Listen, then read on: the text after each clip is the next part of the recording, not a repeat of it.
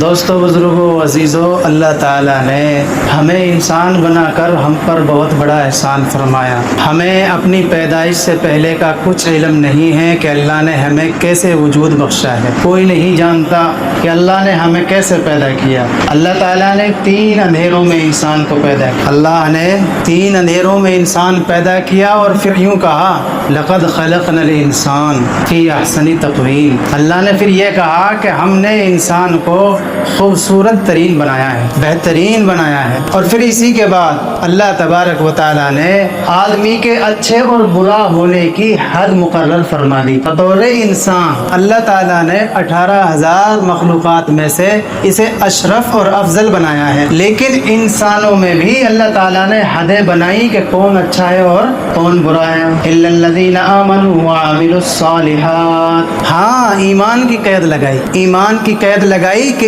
ایمان لائے اللہ پر۔ آمنت باللہ کما ہوا باسمائہ وصفاتہ وقبلت جمیع احکامہ، اقرار باللسان وتصدیق بالقلب۔ ترجمہ اس کا ہے ایمان لایا میں اللہ پر جیسا کہ وہ اپنے ناموں اور صفات کے ساتھ ہے، اپنے ناموں کے اور صفات کے ساتھ ہے۔ میں نے اس کے تمام احکام قبول کر لیے، زبان سے اقرار کیا، دل سے یقین کر لیا۔ تو اللہ نے قید لگائی ایمان کی، اس والے ایمان کی جو ایمان مجمل میں بیان ہوا ہے، اور ایمان مفصل پہ جب نظر ڈالیں گے وہ تفصیل سے ہے۔ آمنت باللہ وملائکتہ وکتبہ ورسلہ والیوم الآخر والقدر خیرہ وشرہ من اللہ تعالی والبعث بعد الموت۔ ایمان لایا میں اللہ پر اور اس کی کتابوں پر اور اس کے فرشتوں پر اور اس کے رسولوں پر، قیامت کے دن پر، اچھی بری تقدیر پر، اور مرنے کے بعد دوبارہ اللہ کے سامنے زندہ ہو کر کھڑا ہونا ہے۔ تو یہ شرط لگائی اللہ نے، یہ والا ایمان ہو۔ انسانوں میں اچھا انسان کون؟ تمام مخلوقات میں کافر بھی ہے تو وہ ہاتھی سے افضل ہے انسان ہونے کے ناطے، سمجھ رہے کہ نہیں؟ وہ گدھے سے افضل ہے، وہ کتے اور سور سے افضل ہے، بطور انسان افضل ہے۔ لیکن جب انسانوں کی باری آئے گی تو انسانوں میں افضل کون ہے؟ اس کی پہلی شرط مومن ہے۔ کون ہے وہ افضل ہے؟ جو ایمان رکھتا ہے کس پر؟ اللہ پر۔ کون سا والا جو ابھی بتایا؟ جو ایمان رکھتا ہے اللہ پر، یہی والا جو ابھی بتایا، ایمان مفصل اور ایمان مجمل میں جو بیان کیا گیا ہے، یہ والا ایمان ہو اس کے پاس۔ آگے اللہ پاک نے فرمایا الا الذین آمنوا وعملوا الصالحات، اعمال صالح کرتا ہو، نیک اعمال کرتا ہو۔ اللہ کے نبی صلی اللہ علیہ وسلم کی اتباع ہر مومن پر فرض ہے۔ حضور پاک صلی اللہ علیہ وسلم کی حدیث آپ کو بتاتا ہوں، لا یؤمن احدکم حتی اکون احب الیہ من والدہ وولدہ والناس اجمعین۔ میرے اور آپ کے آقا نبی پاک صلی اللہ علیہ وسلم کی زبان مبارک سے جو الفاظ نکلے وہ بھی سنائے آپ کو، آسان الفاظ میں سمجھیے کہ کوئی بندہ مومن ہو ہی نہیں سکتا۔ لا یؤمن، لا یؤمن، الفاظ دیکھو کیا ہیں، جیسا کہتے ہیں نا لا یؤمن، تم مومن ہے ہی نہیں۔ احدکم حتی اکون احب الیہ، جب تک کہ سب چیزوں سے زیادہ مجھ سے تمہیں محبت نہ ہو جائے۔ من والدہ، ماں باپ سے زیادہ، ماں باپ سے زیادہ۔ آپ سنیے حضرت عمر رضی اللہ تعالی عنہ حضور اقدس صلی اللہ علیہ وسلم کی خدمت اقدس میں وہ کہہ رہا ہے حضور سب سے زیادہ محبت ہے پر اپنی جان سے زیادہ نہیں ہے۔ حضور صلی اللہ علیہ وسلم نے کہا تو مومن ہے ہی نہیں۔ اگر مومن ہونا ہے، کمال ایمان کو پہنچنا ہے تو محمد الرسول اللہ صلی اللہ علیہ وسلم کو اپنی جان سے زیادہ عزیز رکھنا پڑے گا۔ اب یہ کیسا جان سے زیادہ عزیز ہے؟ حضرت ہمارے چلے بھی لگے ہوئے ہیں، چلے 4 مہینے دھیان سے سننا، لیکن ہمارا دین جیسے ہی مسجد میں ہوتے ہیں تو توجہ اور سب کچھ ہے، ہماری نمازیں پڑھ رہے ہوتے ہیں ہم، لیکن جیسے ہی مسجد سے باہر نکلے وہی پرانے جاہل۔ تو مسجد سے نکلے تو کون بن گئے؟ یہ قوم کے اوپر تم فخر کرتے ہو جس پہ حضور صلی اللہ علیہ وسلم نے لعنت فرمائی ہے۔ حضور کی لعنت ہے عصبیت پر دھیان دینے والوں کے اوپر۔ تو کنبے برادریوں میں فخر نہیں ہوتا، او میرے بھائی، فخر ہوتا تقوی پہ، تقوی پہ نمازیں پڑھ کے فخر کرو، سنتوں پہ چل کے فخر کرو۔ ہماری شادیاں دیکھو اب کیا حال بنا رکھا ہے ہم نے، اللہ رحم فرمائے کیا کیا نہیں ہو رہا۔ اور سارے سنت کے جنازے ہیں یہ جو تم بار بار پڑھ کے بیٹھے ہوئے ہو۔ کون پڑھ رہے؟ جو کہہ رہے میں کون ہوں؟ مسلمان ہوں میں۔ اور حضور کیا کہہ رہے ہیں؟ لا یؤمن، مومن ہے ہی نہیں، تو نہیں ہے مومن۔ اور حضور سے عشق ہے تجھے، چہرے پہ داڑھی آج تک کیوں نہیں ہے تجھے؟ کیسا مومن؟ تیری جو بیاہ شادیاں تیرے یہاں ہوتی ہیں اس میں تو سنتوں کے جنازے نکالتا ہے، مانڈے میں تو قومیت کو باقی رکھنے کے لیے پیسے لاکھوں خرچ کر دیتا ہے، لیکن حضور نے کہا ولیمہ کر نہیں کرتا۔ کیا دین کی اس وقت کی جو دین کا رونا ہے وہ یہی نہیں ہے جو میں کہہ رہا ہوں؟ اور یہی وجہ ہے کہ ہم اس وقت لتاڑے جا رہے ہیں۔ کیا حال ہے ابھی دیکھو، آپ نے دیکھا ہوگا سوشل میڈیا پہ، یہ ٹرمپ افریقہ کا جو صدر ہے یہ گیا سعودیہ دورے پہ چل رہا ہے نا آج کل حضرت، عربی حضور صلی اللہ علیہ وسلم کے مقدس دیش کی لڑکیاں، حضور کے وطن کی لڑکیاں ننگے بال کر کے ایسے ایسے یوں ناچ رہی تھی۔ ٹرمپ کا استقبال کیا انہوں نے، اس پہ کسی نے شعر لکھا ہوا تھا علامہ اقبال کا، وضع میں تم ہو نصارا تو تمدن میں ہنور، یہ مسلمان ہیں جنہیں دیکھ کر شرمائے یہود۔ ایسے ہوتے ہیں مسلمان؟ ایسے نہیں ہوتے مسلمان میرے بھائی۔ مسلمان سنت کا عاشق ہوتا ہے، اور تجھے دھوکہ لگا ہے تو دھوکے میں پڑا ہوا ہے، شیطان نے ورغلا دیا تجھے، اور خدا کی قسم جو سنت پہ نہیں ہے ان کی قبریں کھول کے دیکھو، ان پہ کوڑے برس رہے ہیں۔ او اللہ کے یہاں میرے بھائی قومیت کی بنا پہ بخشا جائے گا ہی نہیں۔ بغاوت پر ہو آمادہ تو ڈوبے نوح کا بیٹا، یہاں نام و نسب کی برتری سے کچھ نہیں ہوتا۔ ابو طالب کے قصے نے حقیقت کھول کر رکھ دی۔ ابو طالب دیکھا آپ نے حضور صلی اللہ علیہ وسلم کا چچا ہے، لیکن بھائی حضور صلی اللہ علیہ وسلم پہ ایمان نہیں لایا تو اللہ تعالیٰ نے اس پر رحم نہیں فرمایا۔ ہاشمی ہاشمی ہاشمی، اور وہی قریشی ہاشمی نسب، قریشی نسب، حضور کا چچا، لیکن بخشا گیا کیوں؟ اللہ کے یہاں بخشش کا دار و مدار حضور صلی اللہ علیہ وسلم کے عشق پر ہے، حضور کے عشق پر ہے۔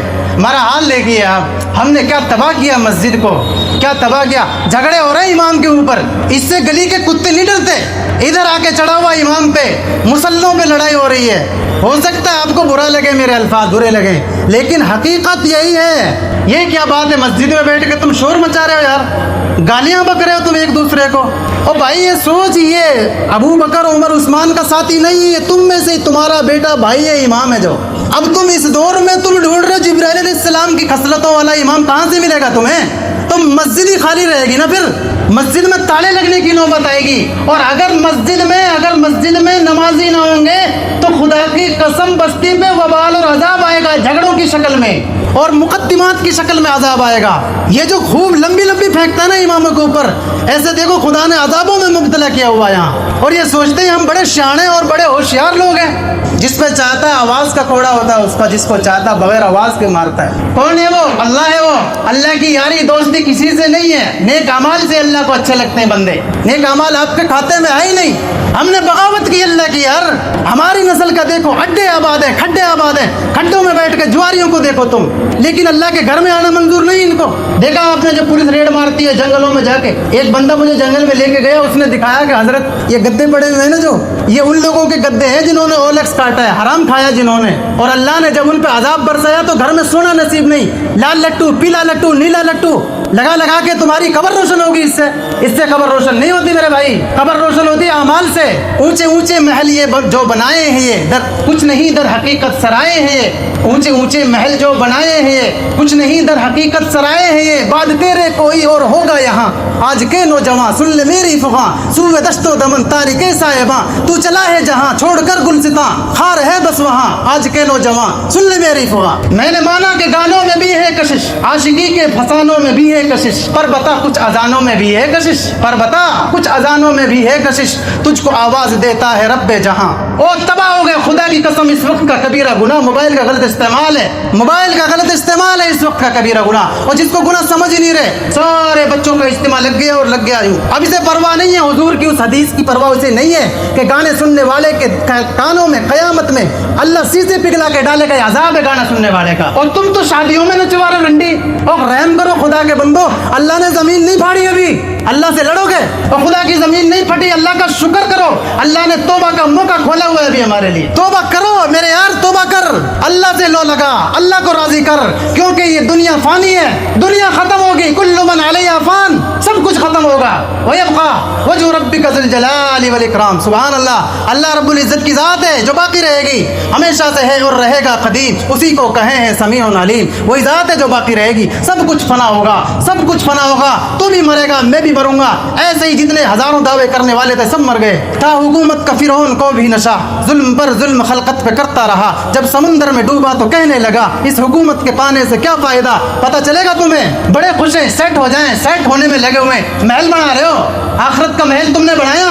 قبر روزانہ یہ کرتی ہے پکار, مجھ میں ہیں کیڑے مکوڑے بے شمار. یاد رکھ میں ہوں اندھیری کوٹھڑی, مجھ میں ہوگی سن تجھ کو سن وحشت بڑی. میرے اندر تو اکیلا آئے گا, ہاں مگر اعمال لیتا آئے گا, ہاں مگر اعمال لیتا آئے گا. کھینچنے دنیا سکندر تھا چلا, جب گیا دنیا سے خالی ہاتھ تھا. لے لہاتے کھیت ہوں گے سب فنا, خوشنما باغات کو ہے کب بقا. تو خوشی کے پھول لے گا کب تلک, تو یہاں زندہ رہے گا کب تلک. تیرا کیا بنے گا بندے, تو سوچ آخرت کی. اور ادھر تک کمرہ تو روشن کر لیتا ہے لائٹ سے, لائٹ چلی جاتا ہے, انورٹر ہے تیرے پاس, بڑا فخر ہے تجھے.